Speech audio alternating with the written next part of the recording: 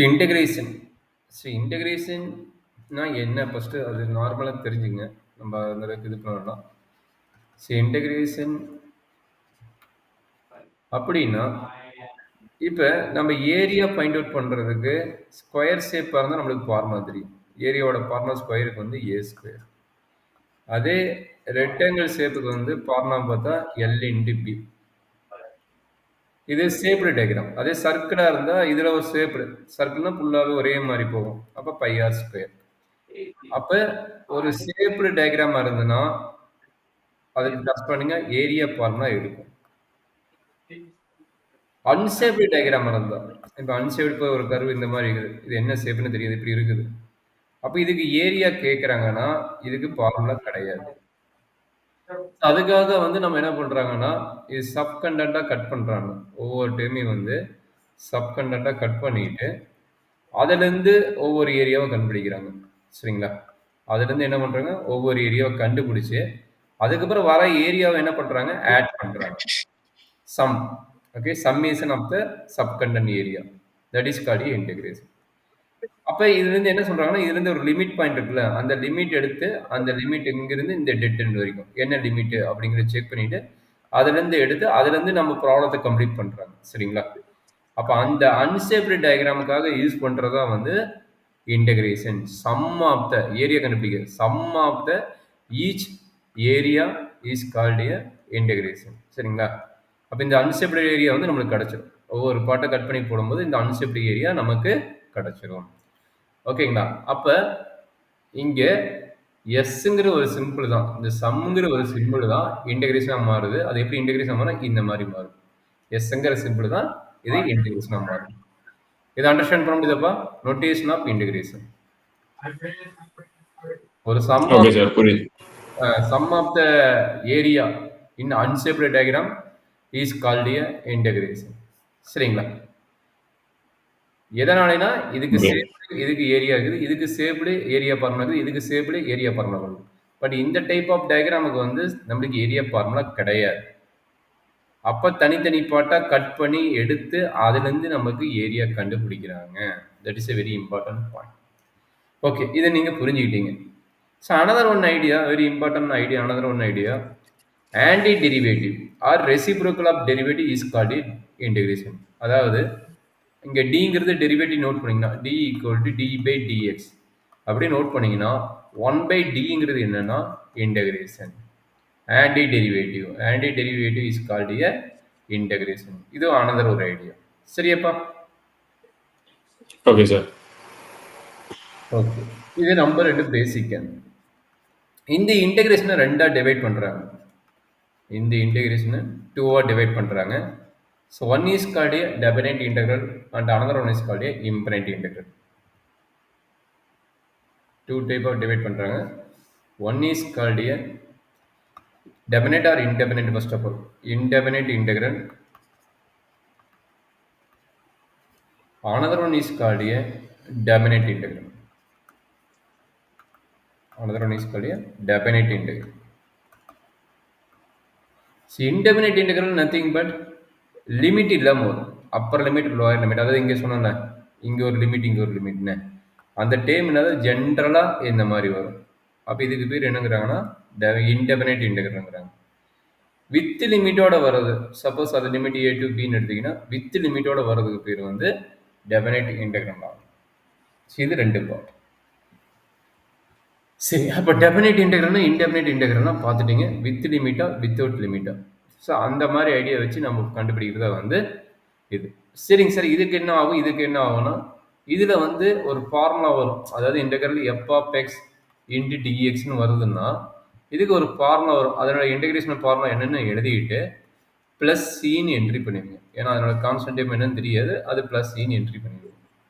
இங்கே டெபினைட் இன்டெகிரல்னால இன்டெபினைட் integral limit இருக்காது. அப்போ அதனோட வேல்யூ எக்ஸாக்டாக தெரியாது. மேபி அந்த டைமுக்காக நம்ம வந்து ப்ளஸ் சின்னு என்ட்ரி பண்ணுறாங்க.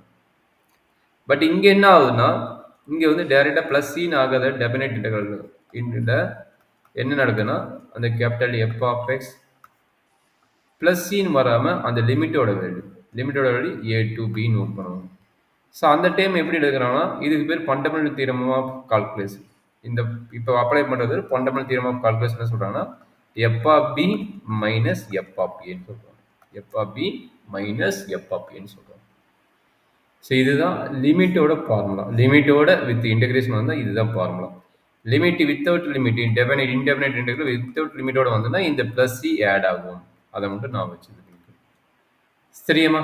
இது பேசிக் ஆஃப் இன்டெகிரேஷன். ஓகேங்களா? Okay sir. சரி, நான் ஆல்ரெடி சொல்லி ஆன்டி டெரிவேட்டிவ் அந்த கேபிட்டல் எப் நோட் பண்ணுறதுன்னா ஆன்டி டெரிவேட்டிவ். அது டி பை டிஎக்ஸ் போட்டீங்கன்னா அது டெரிவேட்டிவ் வேல்யூ கிடைக்கும். சரிங்களா? That is very important point. Anti டெரிவேட்டிவ்ங்கிறது வேர்டு ரொம்ப இம்பார்ட்டன்ட் இன்டெகிரேஷன் பொறுத்த வரைக்கும். சரிங்களாம்மா? சரி, ஓகே சார். ஃபர்ஸ்ட் எடுத்து மட்டும் என்ன சொல்றாங்கன்னா பவர் ரூல் ஃபார்முலா கொண்டு வந்துடுறாங்க, இன்ட்ரடியூஸ் பண்றாங்க. ஒரு ஃபார்முலா இன்ட்ரடியூஸ் பண்றாங்க. உங்களுக்கு கொடுத்த ஃபர்ஸ்ட் ஃபார்முலாவே பவர் ரூல் ஃபார்முலா. ஆல்ரெடி நீங்க படிச்ச டெரிவேட்டிவ் ஃபார்முலா என்ன படிச்சீங்களோ அதே ஃபார்முலா மாதிரி வரும், கொஞ்சம் ஸ்லாண்டா மாறும். அப்போ power ரூல்னா integral X power n into dx. அப்படின்னா இதுக்கு என்ன நடக்கும், என்ன ஃபார்முலா வரும் அப்படின்னா that is equal to X power n plus one divided by n plus 1 plus c, comma n equal to minus 1 போட்டால் does not exist ஆகும். அதனால n is not equal to minus 1. இதுதான் பவர் ரூலோட ஃபார்முலா. ஃபர்ஸ்ட் 5.3லேயே உங்களுக்கு normal integration formula derive பண்ணது இதுதான் நம்மளுடைய. இது என்ன ஃபார்முலாங்கன்னா பவர் ரூல் ஃபார்முலா.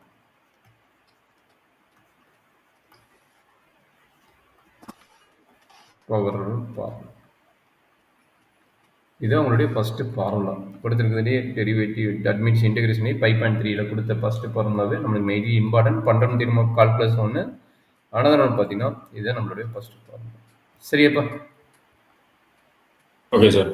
இது ஒரு பேசிக் எக்ஸாம்பிள் நடத்திடுறேன், அதுலேருந்து உங்களுக்கு ஒரு ஐடியா கிடைக்கும். அப்போ என்னாச்சு, எவார்டு or point integral X power 10 into DX. இதனோட வேல்யூஸ் என்னவா இருக்கும்? x power 11 over 11 plus c. Very good. So first question க்கு ஆன்சர் பண்ணிட்டீங்க. Very good. Second question. Integral 1 by x power 10 into dx என்ன இருக்கும்? அது மேலே எடுத்து வந்தீங்கன்னா -10, அதுக்கப்புறம் -10 plus 1 over -10 plus 1.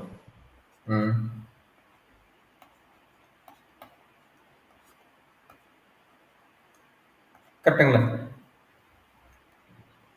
ஆமாம். ஓகே. ஸோ அப்போ இது கிளியராக இருக்குது. அது ம் அந்த மைனஸ் சைன் அங்கே கீழே எப்படி வந்தது? இதான். ஆமாம்.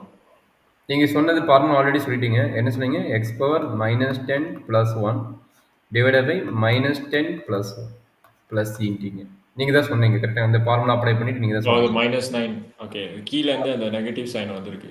ஆமாம், -9 that is equal to minus of x power -9 divide by 9 plus.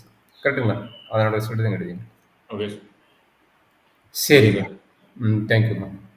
இப்போ அடுத்தது என்ன சொல்கிறாங்க, linear property addition and subtract. ஒரு இன்டிகிரேஷன் அடிஷன் சப்ராக்டோட ஃபங்க்ஷன் வந்து நான் எப்படி நம்ம டிஃபைன் பண்ணுறது அப்படிங்கிற கான்செப்ட் சொல்லிக்கிறாங்க.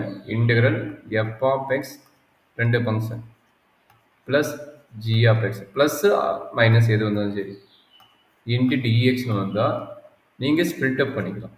எப்படி? Integral F of x into d x plus integral g of x into டிஎக்ஸ்னு ஸ்ப்ளிட் அப் பண்ணிக்கலாம். இது first formula. Second formula, suppose இன்டெகிரலில் ஒரு கான்ஸ்டன்ட் டேர்ம் வந்ததுன்னா என்ன பண்ணுவீங்க அப்படின்னா அந்த கான்ஸ்டன்ட் டேர்மை வெளியே எடுத்துக்கிட்டு integral F of x into d x. சரிங்களா? Okay sir. அடுத்தது இது வந்து மைனஸுக்கு என்ன ஆகும்? இதே மைனஸ்க்கு எழுதணும்ல, integral F of x minus g of எக்ஸ்னு வந்து என்ன பண்ணுவீங்க, ப்ளஸோட ஃபார்முலாவை தான் இதுக்கு வரும். அதாவது ப்ளஸ்க்கு பதிலாக மைனஸ் போட போகிறீங்க. அப்போ integral F of x into d x minus integral g of x into d x. இதுதான் அடுத்த ஃபார்முலா. சரி டக்குன்னு. Okay sir. சரி, இதே ஃபார்முலா ப்ரொடக்ட் ரூலுக்கு இருக்குமா? ப்ரொடக்ட் ரூலுக்கு கிடையாது. அதாவது f of x into g of x into dx வந்து cannot be write as integral f of x into dx sorry integral g of x into dx இந்த மாதிரி எழுத முடியும். ஸோ அதுக்கு தனி ஃபார்முலா இருக்குது, அதை நம்ம அந்த சாப்டர் வரும்போது எழுதலாம். அதே மாதிரி டிவைடுக்கு அந்த மாதிரி தனியாக எழுத முடியும். டிவைடு வருதுனாலும் நம்ம டைரெக்டாக வேறு மெத்தட் எழுதணும் தவிர இந்த மாதிரி நம்ம எழுத முடியாது. அதை நான் வச்சுங்க. அது வந்து இப்போ பழகிற பசங்க கூட இந்த மாதிரி போட்டு பழகிடுறாங்க. இந்த மாதிரி எழுத முடியாது. cannot be written. Okay, that is a very very important. இந்த மாதிரி எழுத முடியாது. Okay, wrong formula. அப்போ நம்ம மெயினாக இந்த ஃபஸ்ட்டு ஃபார்முலாவும் செகண்ட் ஃபார்முலா மட்டும் யூஸ் பண்ணி கண்டுபிடிக்க போகிறோம். ஃபஸ்ட்டில் 2 ஃபார்முலா இருக்குது, செகண்டில் இந்த ஃபார்முலா இருக்குது. அப்போ இதை வச்சுட்டு மட்டும் நம்ம என்ன பண்ண போகிறோம், இன்டெகிரேஷனை கம்ப்ளீட் பண்ண போகிறோம். சரியாப்பா? Okay sir. புரியுதுங்களா? ப்ராடக்ட் ரூலும் மல்டிபிகேஷன் அது டிவிஷன் ரூலும் டேரெக்டாக அப்ளை ஆகாது. அதுக்கு வந்து டிவிஷன் ரூல் கிடையவே கிடையாதுமே இன்டெகிரேஷனுக்கு. அது நமது ட்ரிகனாமெட்ரிக் ஃபங்க்ஷனோ வேறு எனர்ஜி ஃபங்க்ஷன் வந்தால் அதுக்கு நம்ம வேறு அப்ளை பண்ணிட்டு போட போகிறோம். பட் ப்ராடக்ட் ரூலுக்கு ஃபார்முலா இருக்குது. அது என்ன ஃபார்முலா நம்ம பார்ப்போம். சரிங்களா? இந்த ப்ராப்ளம் உங்களோட எக்ஸாம்பிள் இருக்குது. இது எப்படி நீங்கள் சால்வ் பண்ணீங்க? இப்போ கொடுத்த ஃபார்முலா வச்சு இந்த ப்ராப்ளத்தை நம்ம சால்வ் பண்ண போகிறோம். நான் போட்டுறேன். அதுக்கப்புறம் நான் உங்களுக்கு 4-5 ப்ராப்ளம் கொடுக்குறேன். நீங்கள் அதை சால்வ் பண்ணி காட்டுங்க. The solution. இது இன்டெகிரேஷன் ஃபார்மேட்னால எது எடுத்தாலும் நம்ம லெட் ஐ ஈக்குவல்னு எடுத்துக்கணும். அதாவது இன்டெகிரேஷன் ப்ராசஸ்ல ஃபர்ஸ்ட் டைம் வந்து ஐ ஈக்குவல்னு இது எடுக்கிறீங்க. அப்போ என்னாச்சு? Integral 3x⁴ minus 5 into x⁴2/3 plus x⁻³ into dx. இதுதான் நம்மளுடைய given. இப்போ என்ன பண்ண போகிறோம்? ஸ்பிளிட் அப் பண்ண போகிறீங்க. ஒவ்வொரு ஃபங்க்ஷனையும் என்ன பண்ணுவாங்க? ப்ளஸ் ஆர் மைனஸ் கேஸுக்கு ஸ்பிளிட் அப் பண்ண போகிறீங்க. அப்போ என்னாச்சு? Integral 3 into x⁴ dx minus integral 5 into x⁴2/3 into dx plus integral x⁻³ into dx. அதுக்கப்புறம் என்ன பண்ண போறீங்க? எகைன் கான்ஸ்டன்ட் டைம் இருக்குது. எங்கெல்லாம் கான்ஸ்டன்ட் டைம் இருக்குதோ அதை தூக்கி என்ன பண்ண போறீங்க? வெளியே எடுத்து போட போறீங்க. அப்போ என்னாச்சு? 3 into x⁴ into dx minus 5 into integral x⁴2/3 into dx plus integral x⁻³ into dx. இதுக்கப்புறம் என்னது? சேம் ஒன்லி ஒன் ஃபார்முலா தான் உங்களுக்கு கொடுத்துருக்காங்க. அப்போ இதுக்கு என்ன ரிசல்ட், இதுக்கு என்ன ரிசல்ட், இதுக்கு என்ன ரிசல்ட் அப்ளை பண்ணால் போதும். அப்போ என்னாச்சு? 3 into x⁻n+1 4 + 1 divided by 4 + 1 minus 5 into x⁻2/3 + 1 divided by 2/3 + 1 plus x⁻³ + 1 divided by -3 + 1 plus end of result constant அது சீன் என்ட்ரி பண்ணிக்கிறீங்க. சரியாப்பா? Okay sir. அப்போ 3 into x⁻5 divided by 5 minus 5 into இது எல்சிஎம் எடுத்து என்ன கிடைக்குது? 3 + 2 5. அப்போ 5/3 divided by 5/3 plus x⁻−2 divided by -2 plus 5 cancel ஆகிடும். அது 3 மேலே வந்துடும். அப்போ 3/5 x⁻5 minus 3 into x⁻5/3 plus into minus minus அப்போ minus x⁻−2 plus c. இதுதான் இந்த ப்ராப்ளத்தோட ஆன்சர். ஓகேவா கண்ணு? என்ன டவுட் இருக்குங்களா? Okay sir. இல்லை சரி. இன்னொரு ப்ராப்ளம் கொடுத்துட்றேன். அப்போ அதுலேருந்து அடுத்தடுத்து மூவ் பண்ணுவோம்.